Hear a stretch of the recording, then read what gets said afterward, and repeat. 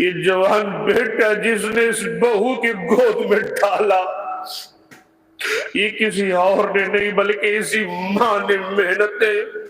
مشقتیں برداشت کر کر کے، خود بھوکا رہ رہ کر، خود تکلیفیں برداشت کر کے اپنے بیٹے کی پرورش کی، تاکہ میرے بیٹے کی زندگی بن جائے اس دن کے لیے کہ بیٹے کی جب شادی ہوگی تو اسی ماں کو اس گھر کے ٹکڑے بھی مانگنا پڑیں گے، اور کبھی ملیں گے کبھی نہیں ملیں گے۔ یاد رکھنا میرے مصطفیٰ کریم نے فرمایا ہے، کسی دنیا دار نے نہیں، مدینے کے تاجدار نے فرمایا ہے،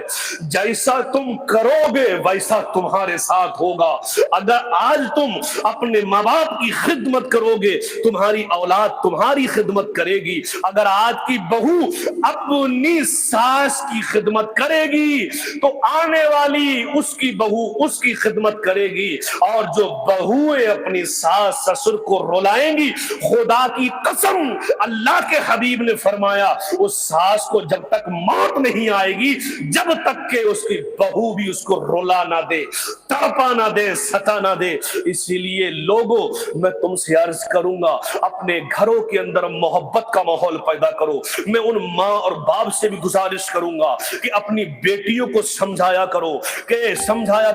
کہ جس گھر میں تم شادی کر کے جاؤ اس گھر میں شوہر کی تو خدمت کرنی ہے، شوہر کے ماں باپ کی بھی خدمت کرنا، کیونکہ شوہر کا دل جیتنے کا سب سے بڑا آلہ، یعنی شوہر کے دل میں جگہ بنانے کا سب سے بڑا ہتھیار یہ ہے کہ اس کے ماں باپ کی خدمت کی جائے، اس کے ماں باپ سے پیار کیا جائے۔ جب بہو شوہر کے ماں باپ سے پیار کرتی ہے، شوہر کے ماں باپ کی خدمت کرتی ہے، تو شوہر کے لیے وہ بادشاہ بن جاتی ہے، رانی بن جاتی ہے۔ اے لوگوں میں تمہیں بتاؤں، اپنی بیٹیوں کو سمجھایا کرو کہ بیٹی تو جس شوہر کے نکاح میں جا رہی ہے، تیری جنت تیرا شوہر ہے، لیکن تیرے شوہر کی جنت تیری ساس کے قدموں میں ہے۔ اپنے شوہر کی جنت کو برباد نہ کر۔ آؤ میں تمہیں